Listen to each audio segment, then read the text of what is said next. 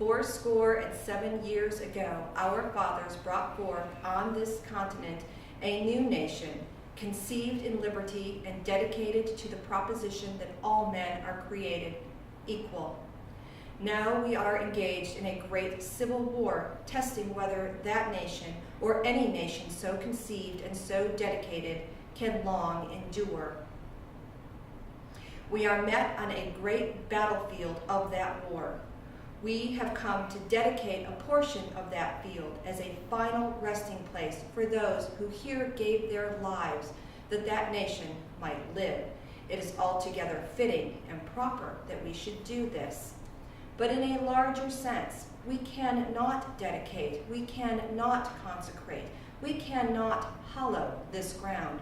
The brave men, living and dead, who struggled here, have consecrated it far above our poor power to add or detract.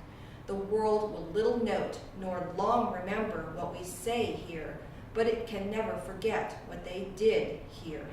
It is for us, the living, rather, to be dedicated here to the unfinished work which they who fought here have thus far so nobly advanced.